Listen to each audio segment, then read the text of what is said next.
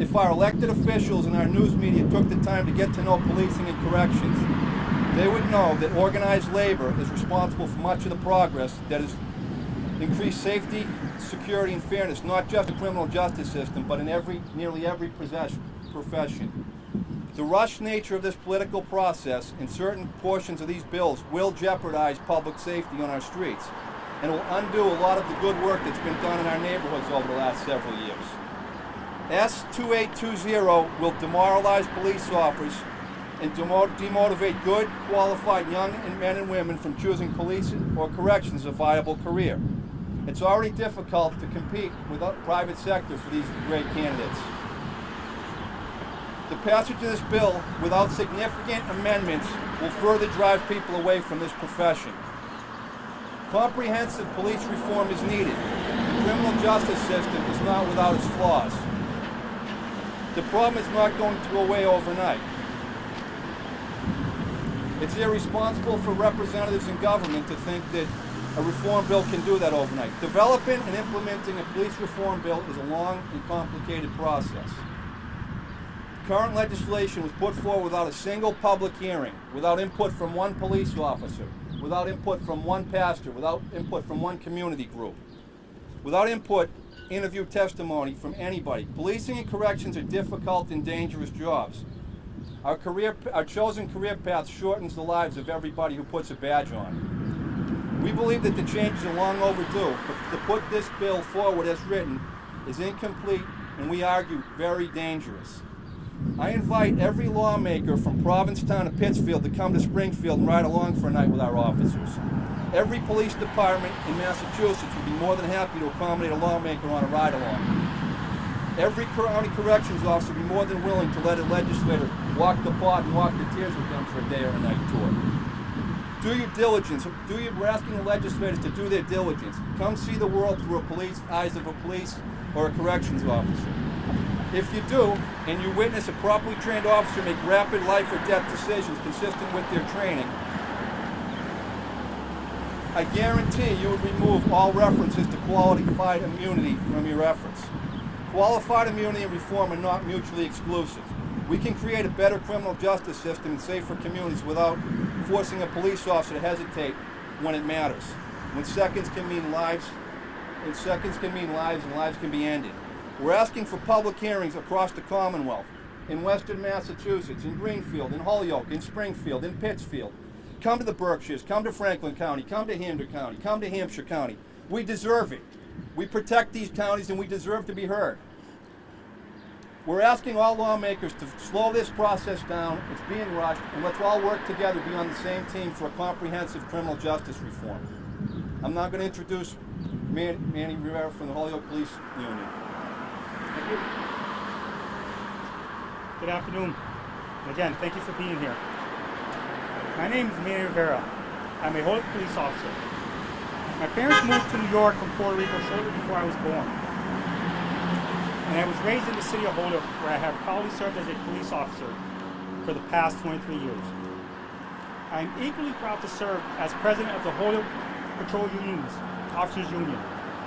I am proud to have been chosen by my peers to represent them and advocate for their safety and livelihood.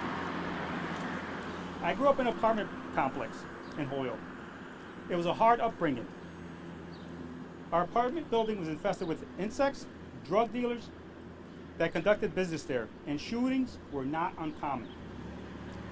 My childhood was not easy, but I had good parents who tried hard to make a better life for us. I learned right from wrong. I was determined to make a better life, and I wanted to make life better in my city as well. So I became a police officer.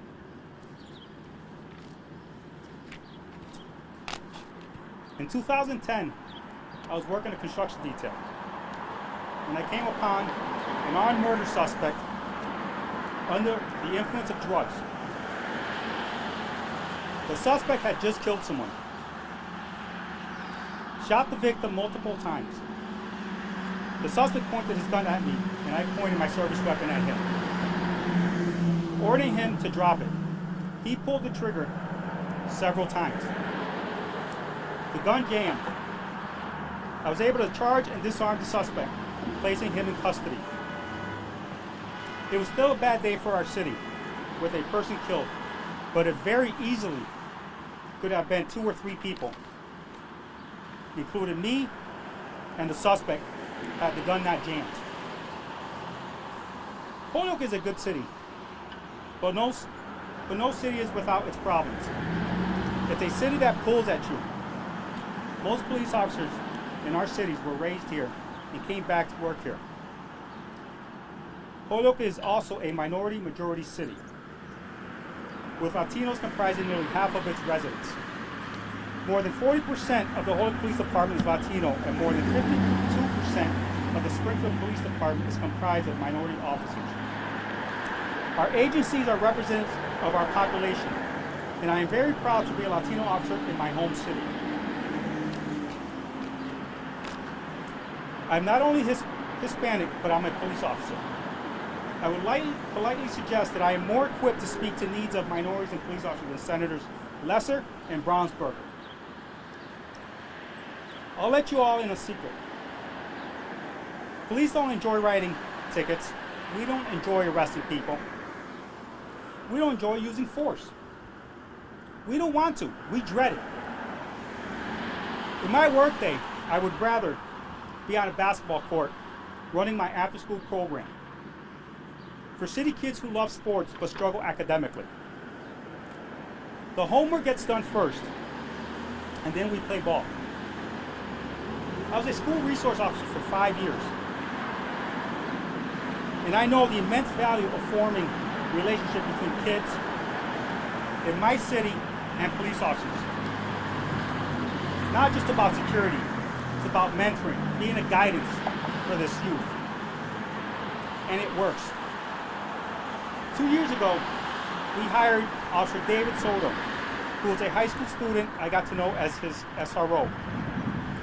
One of my own daughter's basketball teammates recently called me about a career in law enforcement. I also know that this can be a dangerous job. My father-in-law and his brother were both Holyoke police officers and were killed in the line of duty. The criminal justice system has plenty of problems and needs reform. I support the licensures of police officers and any other effort to increase our education, training, and professionalism.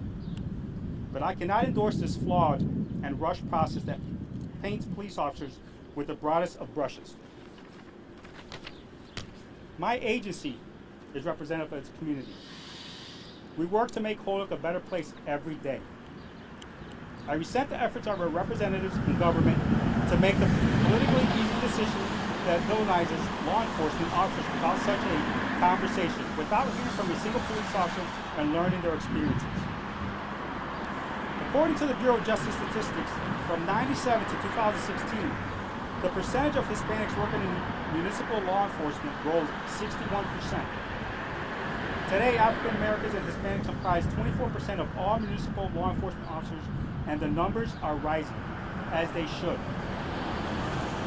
Law enforcement is a noble profession, and it remains a profession of opportunity for immigrants and new Americans. Most recently, we are seeing this in our Latino and Middle Eastern immigrant communities. Recently, I saw a tweet by a politician in Massachusetts. She criticized the Boston Police Patrolmen's Association for spelling the name of an activist wrongly. She then derisively chided the union by listing several traditionally Irish names with difficult spellings. This bothered me. There is no doubt that policing has long been a career chosen by Americans, Irish Americans, but it was not chosen as a path to wealth. It was one of the only options to Irish immigrants who were excluded from other jobs, so they became cops. As a Latino, I've seen the limited options available in the 21st century to new immigrants. I've been welcomed as a police officer, and it has allowed me to provide a better life for my family. We cannot fix society's problems by singling out law enforcement. We cannot fix society's problems by blaming cops. I'm proud to be a Holyoke police officer. My city has given a lot to me, and I try to give back every day.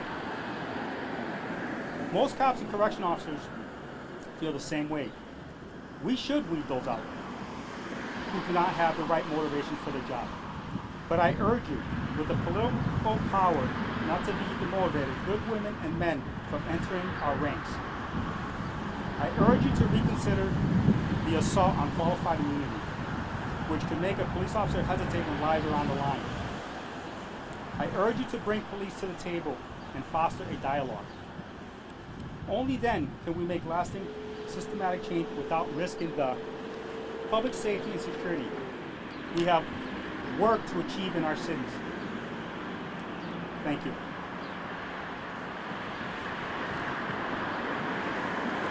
Thank you, Mayor. Any questions? I'm sorry,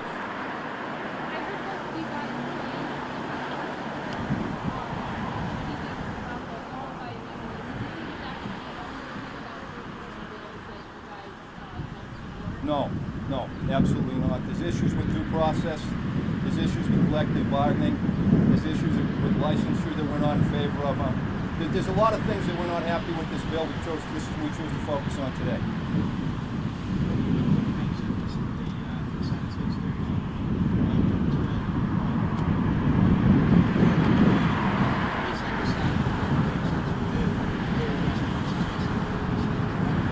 I do. I believe that there's a disconnect on Beacon Hill to what goes on in the patrol car.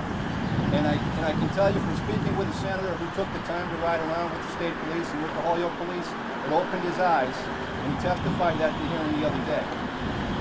It's something that if you're going to make decisions like this, we invite you to do your diligence and do your research. Please do that. I'm sure there's not a police chief in the Commonwealth who won't welcome a legislator into a patrol car so they can see what our men and women do every day. And I'm sure there's not a sheriff in the Commonwealth who wouldn't open their jails up to let a legislator see what the brave men in corrections do. Senator John Velas from Westfield.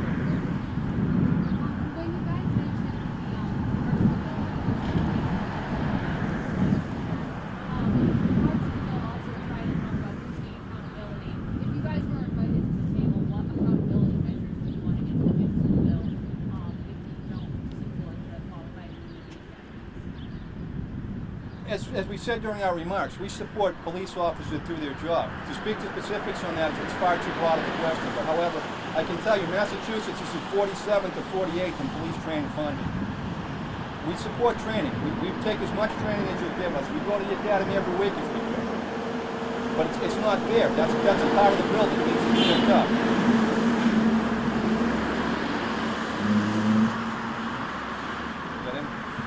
Thank you very much for your time, folks. Appreciate it.